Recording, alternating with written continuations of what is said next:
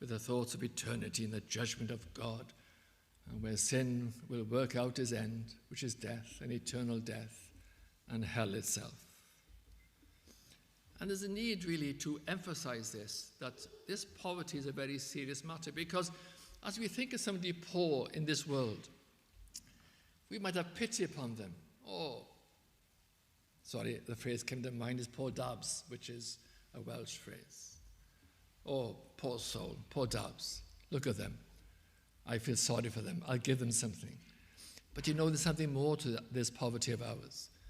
It is rather a poverty which is devoid of all goodness and all that is honorable. And it is a poverty making us quite despicable. It's not just that we are poor, but we are vile and we are sinners. And what we need is grace. We need grace, not just charity, as with the church in Corinth showing charity to Jerusalem. They're also showing grace. And we also need grace, great grace of God. And so before us here we see the grace of God and the grace of Christ. See how this poverty will make us rich. And for our sakes, he showed us such kindness, such charity, but also grace. Grace we don't deserve, which is the meaning of the phrase. And his poverty takes away our poverty, for one thing. His coming to the world, the poverty of his coming to the world, and the poverty of the cross of Calvary took away our poverty.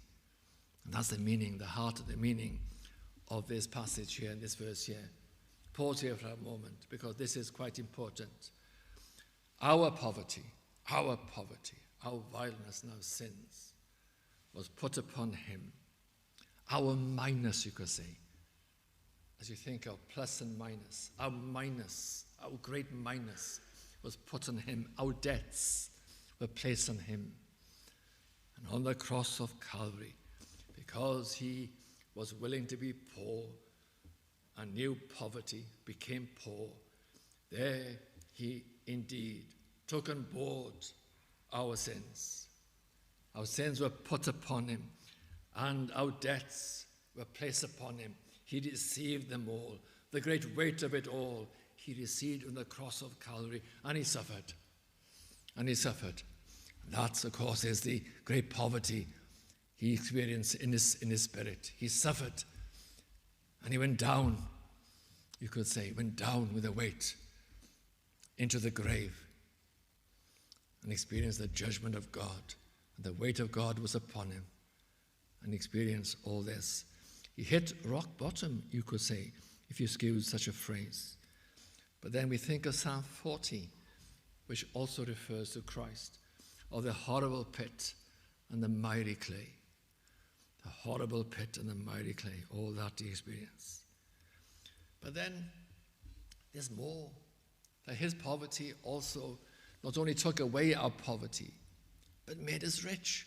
Because you could argue the taking away of our sins, the taking away of our poverty, is not necessarily itself riches, although it is really, but he's taken away our minus, our debts.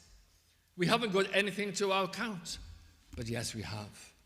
Because through his poverty, he also made us rich. He gave us a robe of righteousness. He became poor. He came to this world in order to give us righteousness. And this is a beautiful, beautiful robe. Murray McShane said, "Dress in beauty, not my own." Imagine this robe in a pictorial way. The style and the cut of the robe. It is a most beautiful white robe, to quote the book of Revelation. A white robe, to quote Psalm 45, is wrought gold in it and needlework. It is a most perfect, pure, and beautiful robe. It has purity. It has adornment. It has obedience. It has a glory. And this robe is put on us.